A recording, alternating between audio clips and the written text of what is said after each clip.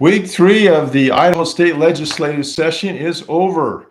It was another busy week. Our JFAC meeting was canceled yesterday, not sure why. We still have plenty of work to do and could have certainly used the time to hear from our budget analysts. I know there's some pushing and shoving that's going on between the House and Senate, their leadership over rules. It appears the House wants to proceed without rules, and the Senate says, no, we need rules, and not sure how you can move forward without rules. Think about it. Can you play basketball, Monopoly without rules? Rules, we need those. Regardless, hopefully we'll get those ironed out and move forward. So this week we will be looking at budgets for the Department of Parks and Recreation, Department of Fish and Game, Department of Lands, Department of Insurance, and a medical health residency program that affects us, ERMAC. So we're trying to increase the number of residency programs up by 8 slots. And I believe there are 4 new positions for psych counselors at ERMAC. So it's a 3-way that we fund it. The school funds part of it, the hospital will fund part of it, and then the state of Idaho funds part of it. And so that will be as part of that budget that we'll have to look at this week. I expect we'll be setting some budgets this week as well, hopefully. Those will be smaller budgets. It's for the Commission for Libraries, the Historical Department, Department of Ag, and the State Tax Commission, that they should come up. We still need to vote on the employee compensation rate. I think we'll hit that this week.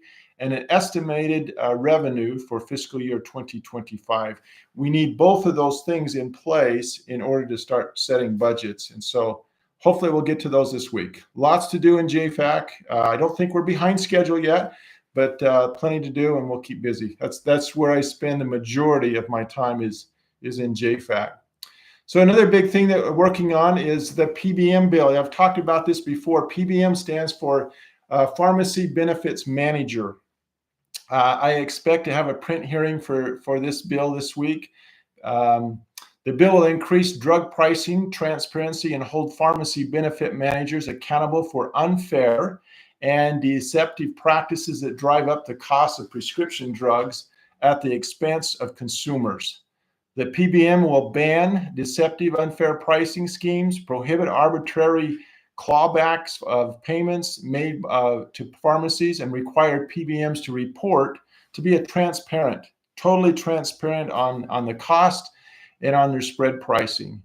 There is too much money for the PBMs to lose to not fight this bill. So this will be a big one, I'm sure.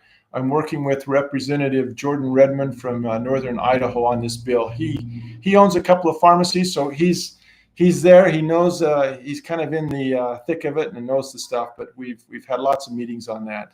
So look for that, PBM coming up. If you're interested in that, love to have you come in and testify for that. The other big thing that I've talked about for probably 2 years now is the Children's Device Protection Act, my mobile device bill. Monday morning at 8 a.m. sharp, I will be having a print hearing on this bill in the Senate State Affairs Committee, and hopefully a public hearing later this week. And so again, if you support this bill and would like to help out, I could truly use your testimony. You can do that from Zoom and log on in your pajamas and whatever and testify that, or you can get on the road and come and Monday morning be at the Capitol at 8 a.m. So opposition to this bill is working through the Capitol. They're mustering up lots of reasons why not to vote for this bill. But let me just tell you in a nutshell, the bill is basically giving parents the ability to help their children. It does not take rights away from parents. It gives the parents the ability to turn on or turn off the parental filtering software. What this bill does, though, is upon activation of the mobile device, if it's activated in the state of Idaho for a minor, then turn on the parental filtering software. That's basically all it does. And again, parent can turn it on and off. If you're an adult and you love your pornography, this will not affect you. It only affects minors, and it only affects phones that are activated within the state of Idaho. And this bill is in line with the governor's wish. As let me just do a little quick quote here. Governor Little stated in his State of the State address, he said, and I quote, "And there's more we can do to protect our kids online. The dominance of social media in the past decade is an obvious reason for the decline in youth mental health. Social media is addicting. It creates a forum for cyberbullying. It replaces quality time with kids, friends, and loved ones, and it makes them compare themselves to impossible artificial standards for looks and lifestyles. To that end, I'm asking my partner, the legislator, to pass meaningful reforms this session, like the legislative bodies in Arkansas, Utah, and other states have done, to better protect our children from the harms of social media." End of quote.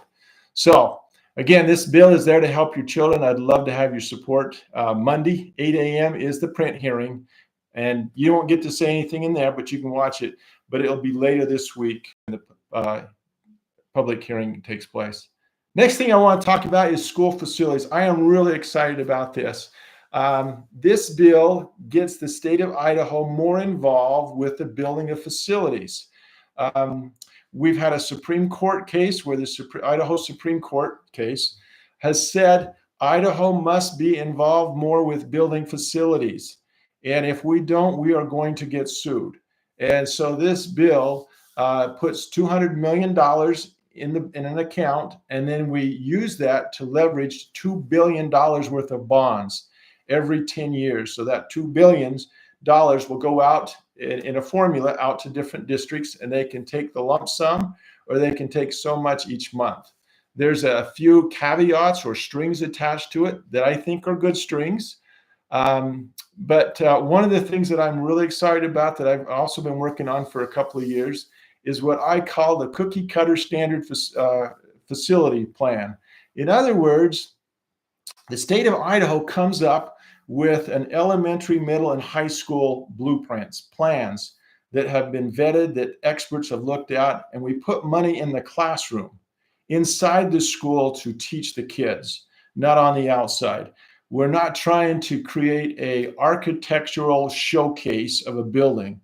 We want to do a standard building that we can get really, really good at, prove, vetted, and build it here, there, and just keep getting better and better at the building. But it kind of pushes back on the Taj Mahal-ish kind of thing.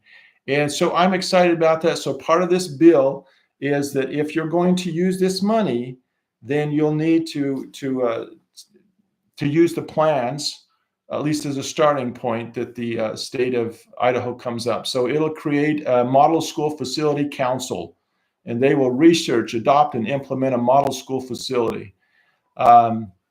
I think it's a great idea. There's a lot of push to get there. Talked to 6 or 7 superintendents last week.